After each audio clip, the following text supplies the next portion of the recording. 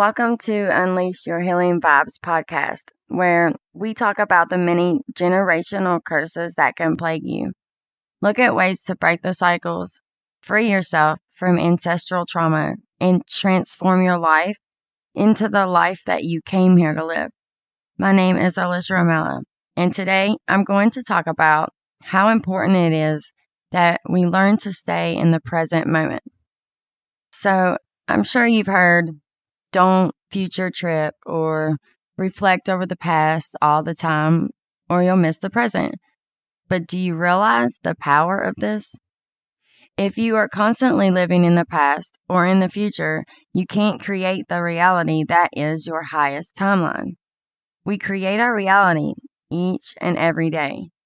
The mind is a very powerful tool. And if you allow yourself to become immersed in any time frame but the present, you are doing yourself a great injustice. That's for sure. The problem arises from how many distractions are actually out there trying to pull on your energy and your mind, especially in the subconscious, which, as you know, has a great deal of control. So, like with social media and advertisements everywhere, everything is just trying to distract you from your purpose here in the present moment. Not to mention, when we are fully living in the present, we experience life better. Our relationships are better. Our mental health state is better. And we can sync up with our highest available timeline better too. But you can train your mind to stay in the present with mindfulness, yoga, qigong, and other practices that teach you how to focus the mind and harness its power. Have you ever tried to have a conversation with a loved one, especially children? And, because you can tell when they're just not paying any attention to you. It's frustrating. You could be really trying to explain something from your heart and they're just not present, right? Well, the street goes both ways. In order to be able to practice listening to one another, we have to know how to become present. So, nothing's worse than getting into an argument because someone is too busy jumping to what they want to respond with than paying attention to the needs that you're trying to convey. Relationships end every day because people do not know how to stay in the present moment and truly connect with each other anymore. I know it's hard because your mind is like a computer and it's constantly on the move. But it doesn't have to be this way. You can train your mind to learn how to be still and get into the present moment. Do you know what it feels like after a good exercise or a run or like a yoga session? That feeling of just peace and endorphins, and your mind is silent, even if it's just for a couple of minutes. Well, you can learn to get into this state on demand once you learn and work to teach your mind to stay in the present moment. Not to mention, it feels better too. So think about it. The past will make us feel things like guilt or shame and lower our vibration. Worrying and stressing out about the future does the same thing. It also lowers your vibration. So what happens when we're in a lower state of vibration? You can't reach your highest timeline, and you'll start to attract in vibrational life experiences and feelings that are also on that lower frequency. So you get worried and stressed, and then your day becomes more stressful as you go on. It's a never-ending cycle of chaos. No, thank you. I want peace, unconditional love, and joy as much as possible. And to get here, you have to learn how to stay in the present moment. When you are present, you give your mind clarity, and then you can practice intent. Living with intent is so powerful that you'll start to really create your own experience on purpose. And if you do it just right, it will become magical. Not to mention, and here's my favorite, it's challenging to overthink when you're living in the present. So if you have an overthinking problem, learn to get into the present. Staying present offers health benefits too.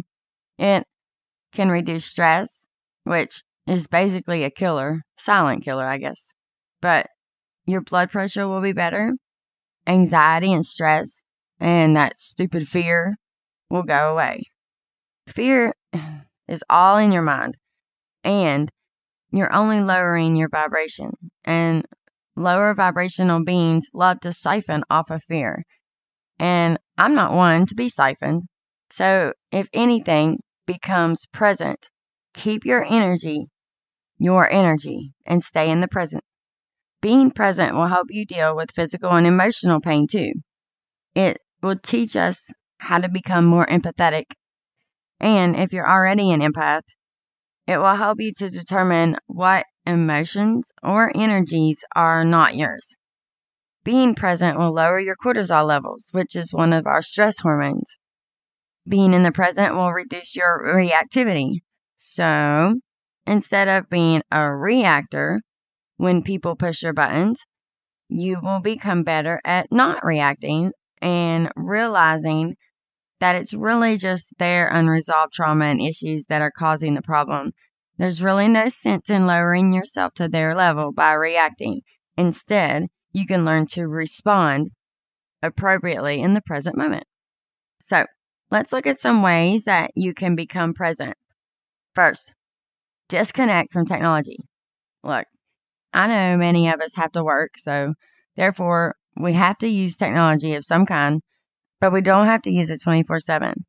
So when you have a free hour, stop scrolling through social media, which takes you out of the present, but rather turn off technology, even if it's just for 1 hour. Get away from it. The EMFs are bad enough, but we're designed to be in nature. We're not designed to be constantly connected to devices. So put up the phone for an hour a day until you can build up more time apart from computers, phones, any device, and watch how much easier it is for you to get into that state of presence. Technology is always trying to distract you, and it's a perfect means of doing so. But you can shut the technology off, and then who wins? Next, focus on one thing. So I read a great book by Rudolf Steiner who said to start small by focusing on one thing for 5 minutes a day and then build up to longer times. And you can use something small like a seed and just focus on it. And eventually, you can imagine what that seed will look like as a full-grown plant. Or you can study or focus on a crystal or a rock and just only think of that. If your mind starts to go off, come back to the rock or the seed. And by doing this every day, you're training your mind how to focus on one small object for periods of time. Your ability will get stronger in the long run when you do this. Next, practicing gratitude. So practicing gratitude and appreciation for the life and the things that you have is an insurmountable way to get yourself into the present time. You can practice this small stuff too, like just wake up every day and add some gratitude to your routine. So just think of 3 or 4 things that you're grateful for that you can mention right in the morning or right before bed, and it'll help your mind when you are ready to go to sleep too. So that's when I go through my list each night of everything that I can think of that I'm grateful for. And often that's how I fall asleep, listing these things off. Because it puts my body into a peaceful, serene state of appreciation and presence. And I can just fall asleep instead of letting my mind race and wondering what I'm going to wear several months from now to some family reunion that I have to go to. Because that's how your monkey mind will take you so far off anytime you let it run rampant. It's not your fault. It's been programmed this way. And from a survival standpoint, it helps. For example, if you're in the woods and you walk up on a tiger, you want your mind to rush through a lot of circumstances really fast so that you can choose the best route of action, right, to save your life. But when you're trying to go to sleep, you're not interested in your mind racing around. It's all about controlling your mind to when it's appropriate to work with the survival templates and when it's better to become still and focused and simply live your life. So many people miss life by just not being present. It's really sad. When people get old and sick, they don't look back on their life and say, man, I wish I'd bought a better boat. I wish I'd spent more money gambling. No, they look back and they wish they had more time, right? Time with loved ones, time for themselves, time practicing self-care, time being a better human being. These are the things, and they're all possible if you just learn how to stay present. Most of the time, people are either in the past or in the future, and they're completely missing this human experience that we all came here to learn from and experience. So learn to experience it fully and intentionally. So that takes me to my next one, becoming intentional, which basically that means taking your energy and your focus and doing your things throughout your day with intent. So before you do your yoga practice, set a clear intention for your day. What do you want to accomplish? What do you want to gain from yoga?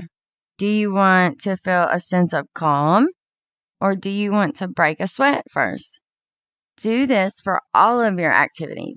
You can make anything mindful. You can wash the dishes with intent. You can fold clothes with intent. Just get super specific and clear on what you want from your life each and every day, and then go for it. Don't let your schedule dictate your life.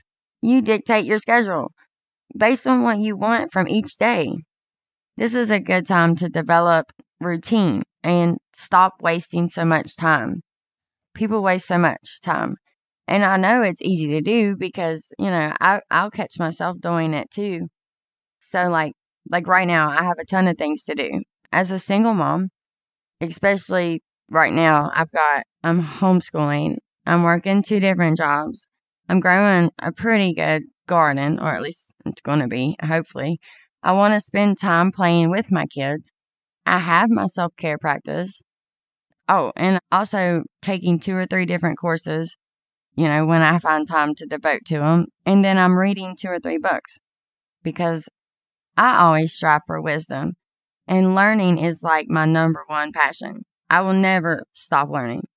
So, in order to accomplish everything that I want to do each day, I have to schedule times to do these things or, to keep myself on track.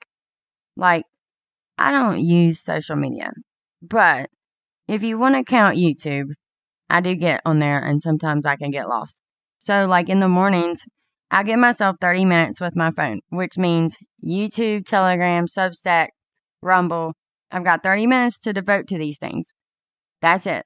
So, like throughout the day, if I get a notification from someone I really like, or an email for a webinar that I really want to watch, I have to put it off until the next morning.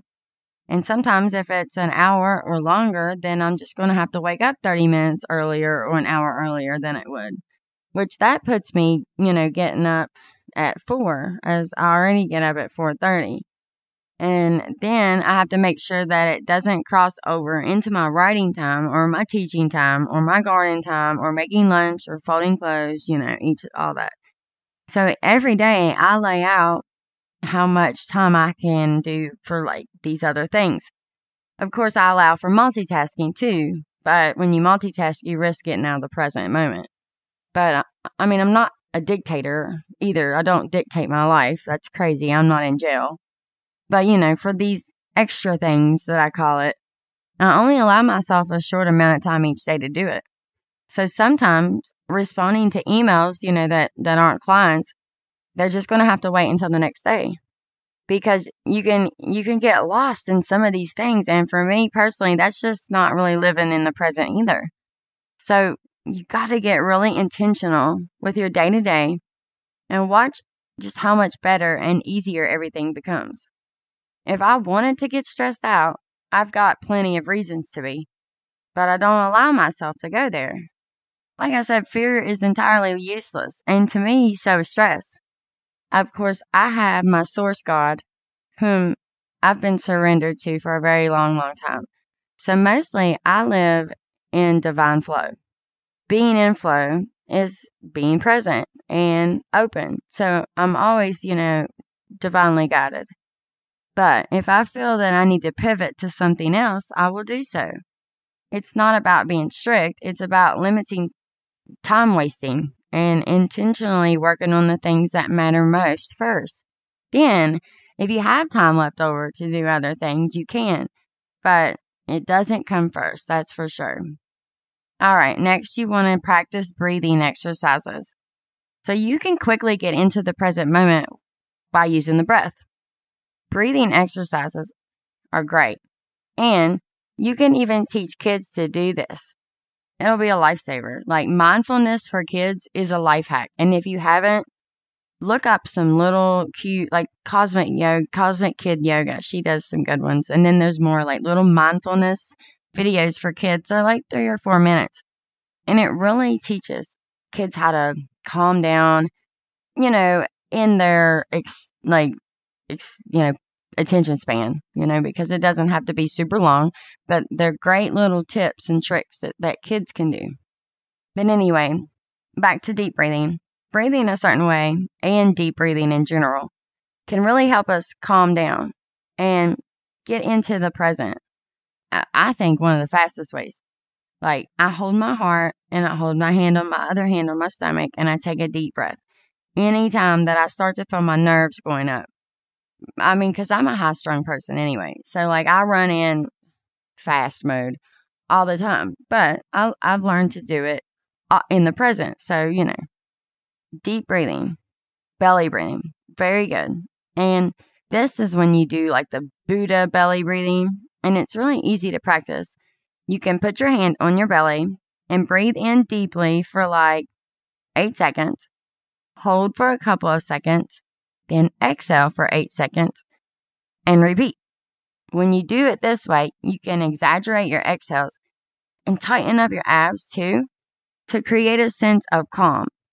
So another great one that I like is alternative nostril breathing, or you can try breath of fire, which you can look these up later. There's plenty of other breathing exercises. Think just focusing on your breath. It doesn't even have to be a fancy name. Just paying attention to the air going in your body and coming back out your body is enough to drop down in the present. Okay, next we have yoga and qigong. Yoga and qigong are ways to work with energy and use stretching and other movements to get your body's aura strengthened, and it results in helping you to get into the present moment. It's also very important to learn to get in touch with your body and listen to what it needs. If you get to where you can hear your body's needs, like maybe it's just you need a hamstring stretch, or maybe your hip is calling out for a long stretch. Qigong goes into breathing and the mind and the body. So getting the energy into the body to flow properly can help prevent stagnation. Stagnation can lead to not being in the present or dissociating. So you have the dantians, which are the energy centers in your body, and we have 3 of them. When you bring your focus or awareness to the dantian, you can learn to keep your mind really still. The main one that beginners should focus on would be the lower dantian, which is like around your belly button. Then you have the middle dantian, it's your heart space. And then, the next one is the third eye at the center of your forehead. So you can think of these dantians as like energy reservoirs, which means they store energy for us that we use when we need it. But we can replenish it with exercise, mindfulness, breathing techniques, eating right. The part that both yoga and qigong have in common, and why I love them both so much, is that they teach you how to sync up your movements with your breath. By doing so, you can still your mind to the point that you'll be able to eventually do it on demand in your regular life, simply by breathing and syncing your movement together. Okay, the next thing I wanted to talk about is journaling or just writing. So, journaling or writing is a great way to get back to the present. I'm a writer, so it works for me, but I know some people don't like to write. So, I'll give you an example that you can probably relate to. Okay, so you're in like a heated, no win text fight with somebody, and you're typing away. You're probably writing a lot, like a book, a big old block of text, right? And then you go back and you reread it again so that you can add some commas and make sure everything's spelled right. Because if you're arguing with somebody like me, you know that they're going to be like, oh, yeah, well, supposed is spelled with two P's. So you're dumb. I win. So anyway, the point of it is like if you're in the present moment during this long text you're writing, right? You're there. Your head is not in the past, worrying about oversleeping the other day for work and getting fired. No, it's in the text you're about to send. And guess what else? You're focused. Journaling is the same exact principle with less adrenaline. And old school writing by hand or fast typing with a computer, both will work. Well, heck, even slow typing works. It doesn't matter the speed. Just set aside some time, like 5 or 10 minutes a day to start out and just free write, like anything that comes up and just let it flow. This is a great practice to bring you down to the present moment. There's no right or wrong way to do it, and it doesn't have to be polished or even spelled right. Just let your thoughts flow on paper. Or maybe you might even get to discover something about yourself that you weren't aware of. Or maybe an emotion will come up that needs to be released, and you can let something heavy just go. All of these are great ways to stay present. Next, you want to get outside into nature. So, being out in nature has always been like a grounding experience for me. Even when there's chaos in my life, I knew that a quick trip to the woods was what I needed to get back down to the ground and calm. So, like, you can try things like gardening, fishing, hunting, walking in nature, going out and playing in a creek, swimming in a lake, reading a book outside on a blanket, going out somewhere for a picnic, riding on a four-wheeler, a boat, a jet ski, any of these outside vehicles. All of these things are great ways to get outside and bring yourself back to the present moment. So, like, if you want, you can just go outside and sit and listen to the birds. I enjoy watching the moon go down in the mornings and then the sun come up. And I listen to the rooster across the road and the birds sing. And I watch the squirrels play and they chase each other. And then the birds do the same thing. And then I watch the bees collect pollen and jump from plant to plant. And then when it's mating season, I watch everything come together and bring about new life. Nature's really beautiful. And just being in it can bring you back to the here and now. That's what we're here for. We're not here to worry about the past or the future. All of that junk is just programming. We need to erase these programs and make our own magic. Remember, time is a construct. It's an illusion. Everything is existing all at once right now. Really, there's no past or future. There's just unlimited timelines that we can align with. You're the powerful creator of your life. If you only learn to be present and just visualize things in your mind's eye. Use that creative skill of imagination that they tried to program out of you. Picture your life and what you want it to look like and get super detailed and specific. If you're trying to draw in and magnetize love to you, picture what he looks like. What does he do for a living? What do you do for fun together? How does it feel to be wrapped up in his arms? How safe does he feel? What type of movies will you watch together? Where do you guys go on vacation? What does he think about your yoga practice? Do you think he'll exercise with you? Does he hold similar beliefs about life? Is he unplugged? Is he spiritual? What's his favorite food? Is he a dog or a cat person? Or neither? Would he enjoy living out in the woods off the land for the rest of his days? When you imagine all of these details fully, You can really allow the universe to know with your visualization frequency what it is that you desire. And if you keep hold of that vision, you can align it with the timeline that you want and live the life you want to live. Stop letting fear and programming control and dictate your life. Get off the hamster wheel. I really think, if you haven't heard it, check out John Lennon's song, Watching the Wheels. And if you get it, you get it. I really hope that you guys got some new ideas today for living in the present moment. And you realize how essential it is that you can create your own reality. Have a great week, and I hope that everyone can align with their highest timelines this really super special year.